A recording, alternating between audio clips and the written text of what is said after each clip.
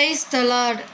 எரேமியா 12ஆம் அதிகாரம் 5ஆம் வசனம். நீ காலாட்களோடு ஓடும்போதே உன்னை இளைக்க பண்ணினார்களானால் குதிரைகளோடு எப்படி சேர்ந்து ஓடுவாய்? சமாதானமுள்ள தேசத்திலே நீ அடைக்கலம் தேடினால் யோர்தான் பிரவாகித்து வரும்போது நீ என்ன செய்வாய் சொல்லி ஆண்டவர் ஒரு கேள்வியை கேட்கிறார். எதனாலனா காலாட்களோடு நம்ம ஓடும்போது, காலாட்கள்னால் இராணுவ வீரர்களோடு நம்ம ஓடும்போதே நம்மளை இளைக்க பண்ணுன்னா குதிரைகளோடு சேர்ந்து நம்ம எப்படி ஓடுவோன்னு சொல்லி ஆண்டவர் இந்த நேரத்தில் கொஸ்டின் பண்ணுறாரு. நான் காலாட்கள்னால் சின்ன சின்ன காரியத்துக்கே நம்ம ஓடும்போதே ஐயோ போதும்னு நம்ம நினைக்கிறோம். அதே மாதிரி இதை விட பெருசாக ஏதாவது ப்ராப்ளம்ஸ் ஏதாவது வந்துச்சுன்னா நம்ம எப்படி அதை சால்வ் பண்ணுவோம், ஃபேஸ் பண்ணுவோன்னு சொல்லி ஆண்டவர் கேட்கிறார்.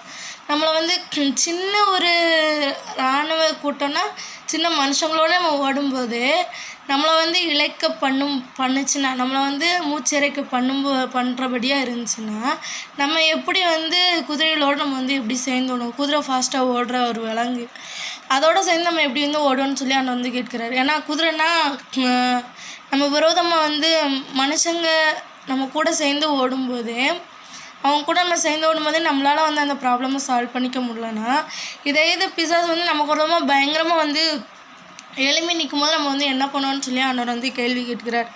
அதே போல் என்ன கேட்குறாருன்னா, சமாதானம் உள்ள தேசத்தில் நம்ம அடைக்கலம் தட்டுறோமா? ஏதாவது ஒரு ப்ராப்ளமே இல்லாத ஒரு இடத்துல போய் நம்ம சமாதானமாக நம்ம இருக்கணும்னு சொல்லி அடைக்கலம் தண்டோன்னா யோர்தான் பிரவாகித்து, யோர்தான் மூழ்கடிக்கிற மாதிரி எழும்பி வந்துச்சுன்னா, ஒரு பிரச்சனை மூழ்கடிக்கிற மாதிரி எழும்பி வந்துச்சுன்னா நம்ம என்ன செய்வோன்னு சொல்லி அவர் கொஸ்டின் பண்ணுறாரு. எதுக்காக இப்படி கேட்குறாருன்னா, நம்ம அநேக சின்ன சின்ன இதோட நம்ம ப்ராப்ளம்ஸ் ஃபேஸ் பண்ணாட்டாலும் நிறைய இப்போ உள்ள சுச்சுவேஷன் பார்க்க போனால் அநேக பிரச்சனையை ஃபேஸ் பண்ண முடியாமல் அநேக காரியத்துக்காக அந்த ப்ராப்ளமே சின்னதாக தான் இருக்கும். அதுக்கு பயந்துக்கிட்டு தற்கொலைங்கிறதுக்கு நேரம் நம்ம கடந்து போகிறோம்.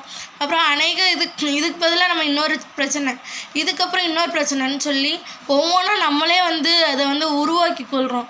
அப்படி செய்யக்கூடாதுன்னு சொல்லி ஆண்டவர் பேசுகிறார். ஏன்னா காலாட்களோடு நம்ம ஓடும்போது, இந்த மனுஷங்களோட சேர்ந்து ஓடும்போது நம்மளை இளைக்க பண்ணினா நம்ம எப்படி குதிரையோடு சேர்ந்து இதை விட பெருசாக வரும்போது நம்ம எப்படி சேர்ந்து ஓடுவோம்னு சொல்லி ஆண்டவர் கேள்வி கேட்கிறார். எனவே நாம் எந்த ஒரு இதுலேயும் அவரோட சேர்ந்து நம்ம படிச்சுக்கணும். ஏன்னா அவரோடு ஓடும்போது காரியம் வாய்க்குன்னு சொல்லி ஆண்டவர்னு சொல்கிறாரு. ஏன்னா நாம் அவருடைய கரத்தை நம்ம பிடிச்சிக்கிட்டு நம்ம ஓடணுமா?